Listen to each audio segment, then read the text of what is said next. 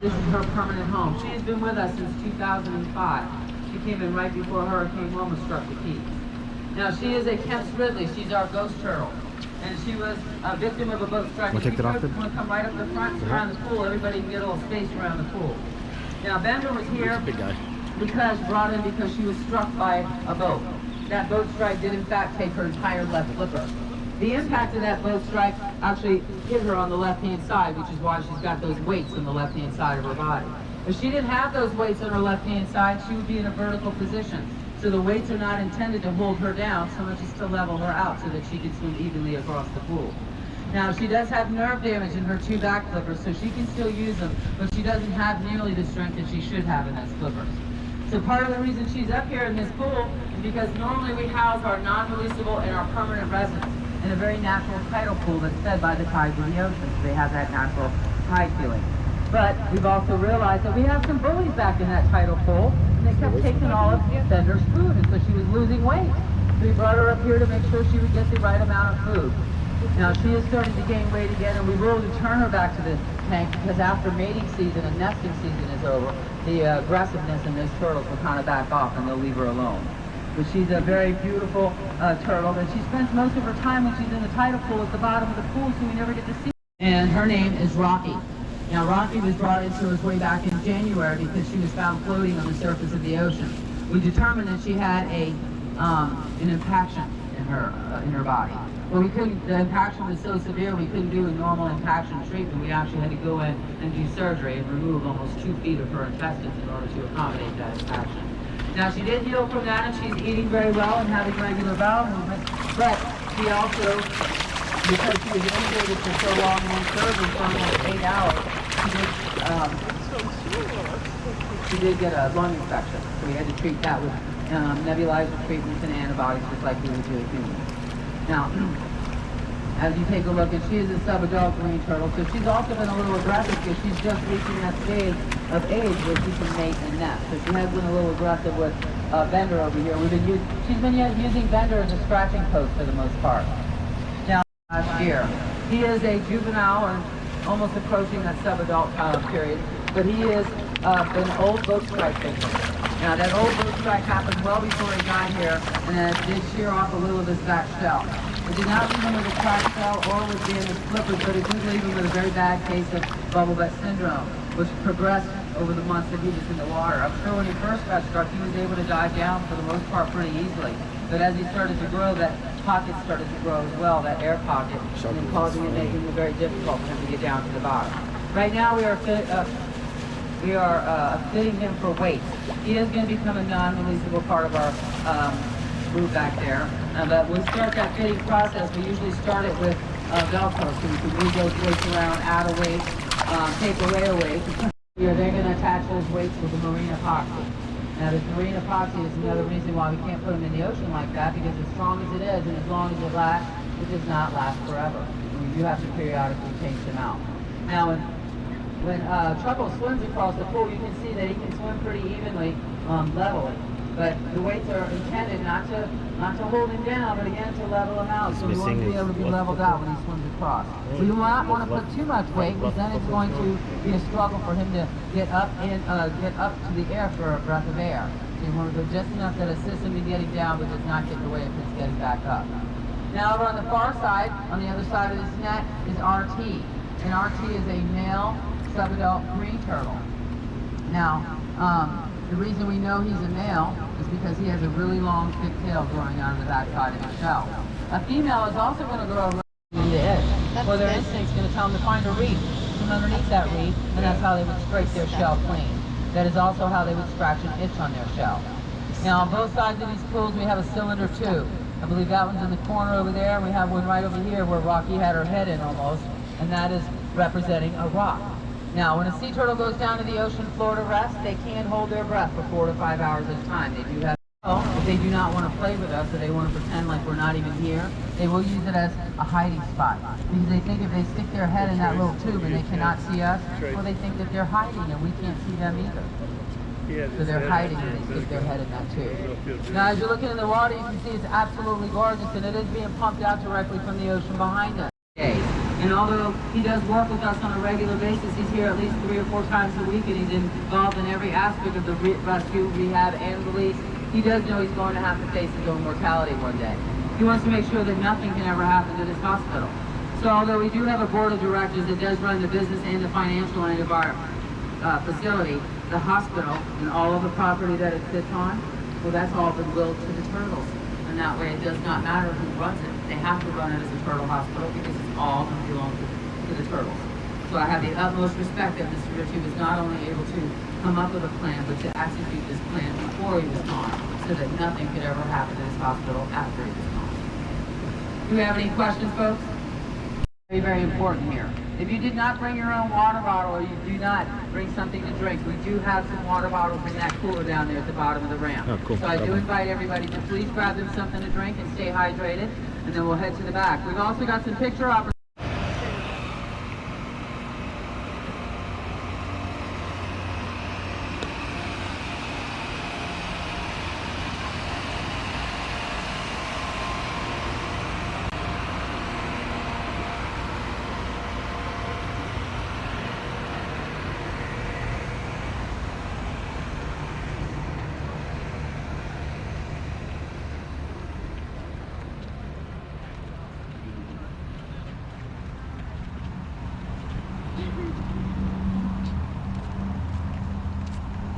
So people get to live here. Yeah. Yeah. They sign up for like a 2-year fellowship. Alright, so folks, as we get around here, you'll be able to see the whole hotel in its entirety. Now, when Mr. Ritchie cleaned up this place, he did not update it, he just simply cleaned it. So what you are looking at is the original hotel. These two buildings here house our medical staff. The front part of the hotel handles our administrative as well as our online sales and our gift shop. This separate building over here used to be the old honeymoon suite of the hotel. That is now our veterinarian suite when he comes to work with us. Of course. We do have to share Dr. Terry Norton with the other facility that he is also part of the medical staff, and that's off on Jekyll Island off the coast of Georgia. So he's here 1 week, there 1 week, here 1 week, there 1 week. So he's constantly 50s traveling like back. design. Very early. Here we do want to make sure he has a copy. Come down here, take a look at this lawn, take a look at that seawall. I mean, it's cool. I mean, with the venue. They have parties here and stuff. Yeah, it's cool. I mean, if you work here, you have to pay rent. No. Turtle Part tiki. of your salary. I mean, that's not bad, Yeah. right? You get to be with turtles a lot.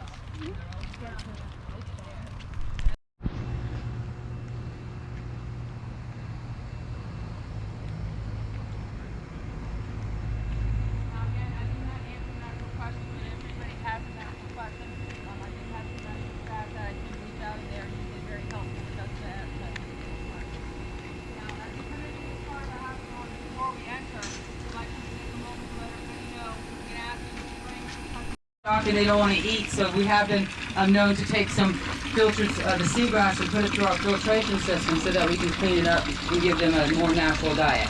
Now over here we have Annie, and she is in very poor shape. You can see she's got a tumor that's covered up pretty much almost 3/4 of her flipper there, and it does go underneath her body, almost connecting her flipper with the rest of her body.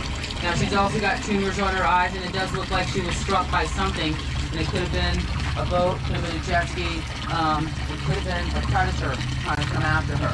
Now the only predator to a full-grown turtle is going to be a shark, but before they become full-grown, there's lots of things that are going to be chasing it. Now over here we have Sleepy, and I do believe Sleepy went through an exam this morning. As you can see, Sleepy also has several tumors. You can see through the window of this. And they are trying to get her to eat, so they're putting food in her and encouraging her to eat. And then right next door we have Big Bob, and Big Bob, oh, this is Sherry. No, not Sleepy. So Sherry and Big Bob just came in last night. They're two of our newest intakes for the sea turtles, and they are our medical staff is coming to eat. To get them in there. And again, sometimes they won't eat because they're still kind of in shock, they don't really know what's going on. So they'll try the fresh meat at first, and then if it doesn't work, well then we'll go back to something that they are feeding us, which is the sea rice. Now over here we have Mimosa. Mimosa has two very ugly tumors on each side of her head. Right on top. Now over here we have two juvenile loggerheads, and this is Mac and Cheese. Mac and Cheese have been part of a permitted program that we have here at the hospital that allows us to keep two healthy hatchlings that were rescued and brought into the hospital for the first 2 years of their life. So they are been here with us now for 2 years. When they came in, they were probably about 6 to 8 weeks old. Now we are going to be releasing them at the end of this, probably the end of the month or very closely afterwards, because they're now at a size that they're 2.5 feet, and keep your fingers, have become snappy. They have become very snappy. We used to bring them to the outreach programs with us so we could teach the kids about sea turtles, but we can't bring them anywhere now. Because if anybody even holds their hand above the water, they're trying to get to it. So, but they belong to a permitted program that does allow us to keep these turtles for the first 2 years, which are very treacherous years for the turtles. Everything's trying to eat them when they're under 2 years old. But when they get to this size, they are big enough, strong enough, and fast enough to be able to escape their only predator at this point, which is going to be a shark. So we are hoping to be able to get them back in the ocean, and then we'll also pick 2 more turtles. She does have that tumors, all those FP tumors that I was telling you about. She's also got a predator attack that took part of her flipper. Now she will still be able to go back to the ocean with only 3 flippers, but they do want to make sure all those tumors come off. And then over here we have Kokomo. Kokomo also had a examination this morning. I think they were they going to do a scope on her this morning? They all both come back. But I think they were trying to make sure that there's nothing going on the inside either. Because unfortunately, if those tumors show up on the inside, we can't reach them. And if we allow them to stay there and they grow, they will crush the organs of the turtle from the inside, and that's a very slow and painful death. So if we see those tumors show up on the inside, we usually will euthanize that turtle. But Now as we get ready to go down to the lower level, I'm going to introduce you to all the turtles in our tidal pool. They are our non-releasables and our permanent residents, and they do feel like an extended part of our family. Some of them have been here longer than some of the staff here. Actually, most of them have been here longer than some of the staff. And we get to see them every day and multiple times a day. So we actually get to notice some of their personality traits. And yes, sea turtles do have personalities. So we're going to get ready to head down there, and I'm going to introduce you to them, and then I'll bring you around and I'll introduce you to the rest of our patients.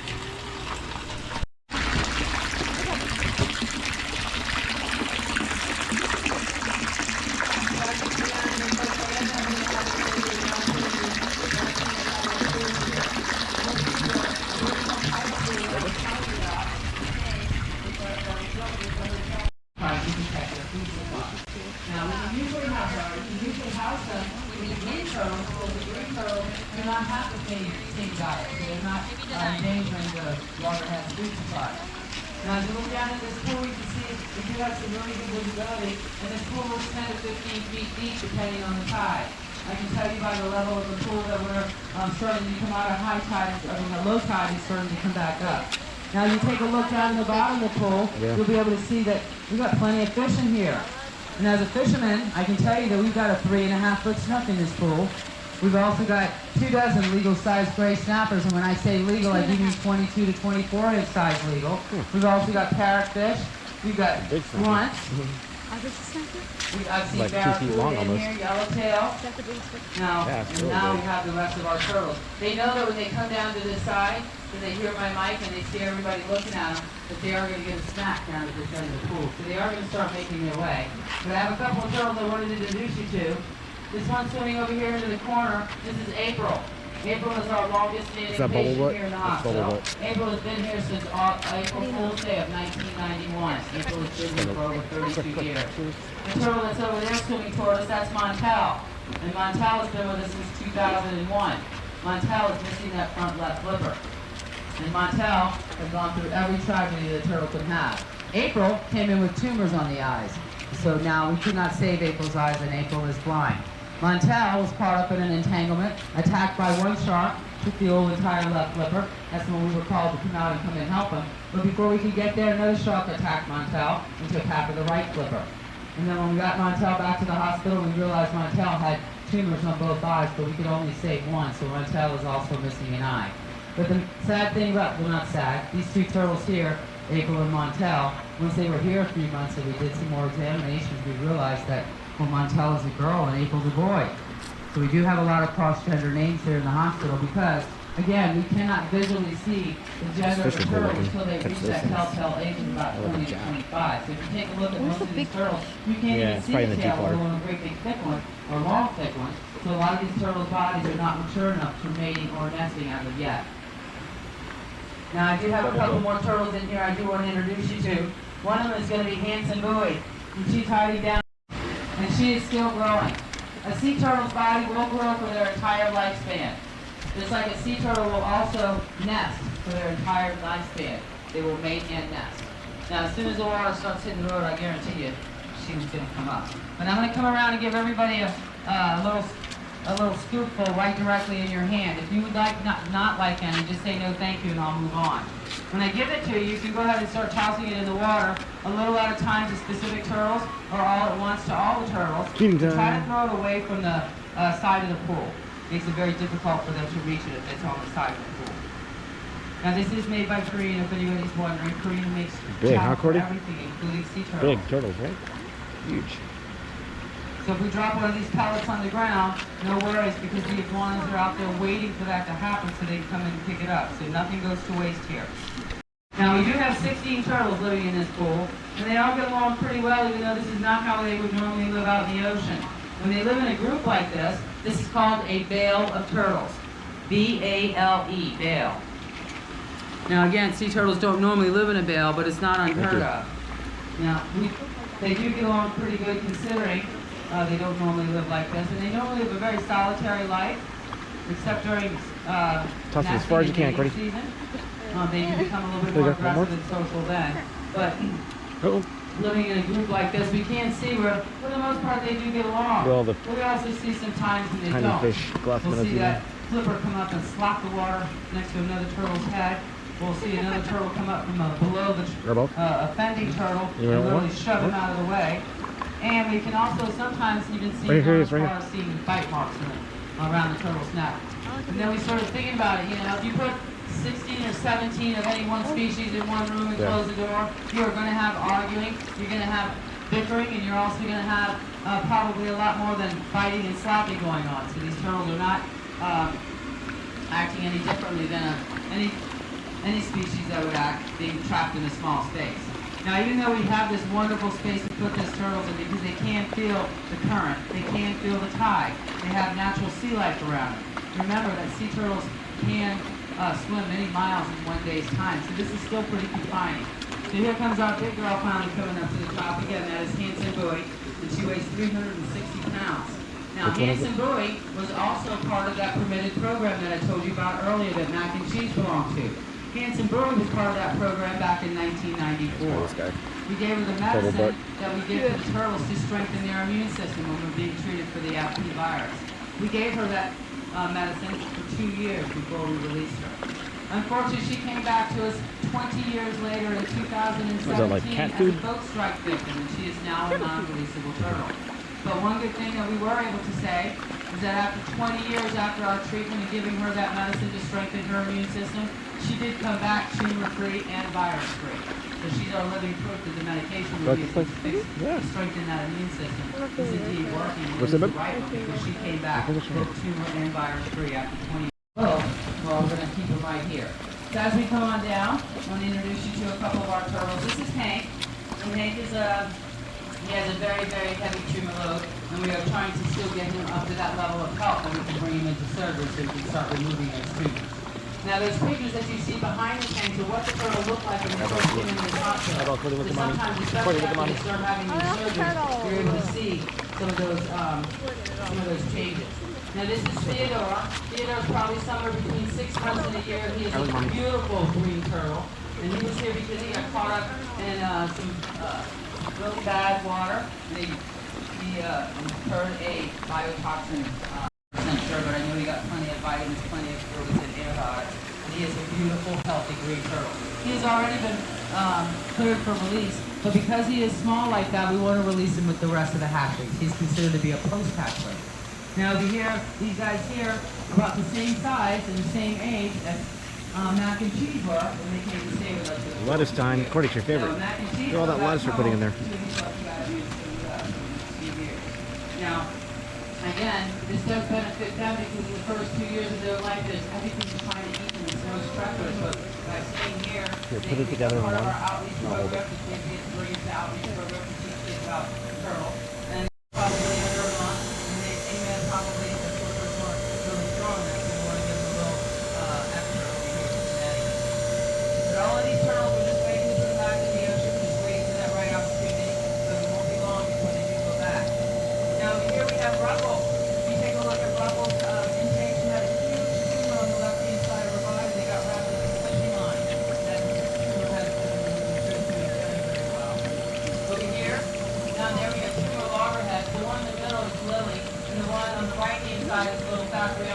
Now remember, we did not name these turtles, that's not our fault. Though Brianna does have a little bit of an attitude, and I don't blame her. We have an attitude, somebody naming Little Brianna. Now, the good thing for Brianna is that it's going to ship her via FedEx, because turtles do not need to be shipped in water, they can be shipped out of the water. They are natural air breathers, and so I'm going to crate her and keep her shell moist in her eyes. Good babies. She's perfectly fine to be out of the water for many hours, even days. They don't like being out of the water for that long, but they can be safely without hurting. How tiny. Usually it's Mr. Ritchie or the general manager that is. Now you come on over here, this is what we call the last stages of rehab. Now this may still last another 4, 5, 6 months, it really depends on the patient. But we do have a couple of turtles in here like Dude and Evan that are tumor-free. But just because you're tumor-free does not necessarily mean you're virus-free. So we are still giving them the medicine to rebuild their immune system and strengthen it. And then we also will take a regular blood test and stool test to make sure that that virus is backing off.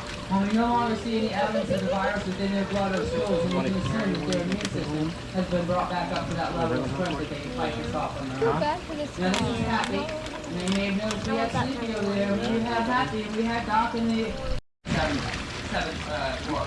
Now, we are not the ones naming the turtles, like I said, so that is coming from the rescuer. And yes, all those turtles came in from one rescuer. He has been associated with the hospital and he has brought in dozens upon dozens of turtles that have been rescued. Funny thing about this guy though, is he has the best names. He's 7 Stooges. We've had all the 3 Stooges rather. Now we have the dwarfs coming up. As far as the turtles are concerned, but a couple of things I wanted to share with you. If you are part of this Facebook family and you'd like to do follow-up on our patients here and see where they're at in their treatment, or to get information when we have a new turtle patient coming in, or when we have a turtle release getting ready to be scheduled, and you can't be here, you can still be part of that release. We do live broadcasts right here from the hospital, giving updates on our patients that are here already, new patients coming in, and patients that are getting ready to go home. So you can follow us through Facebook to get to that as well. Now, I also wanted to take a moment to say thank you.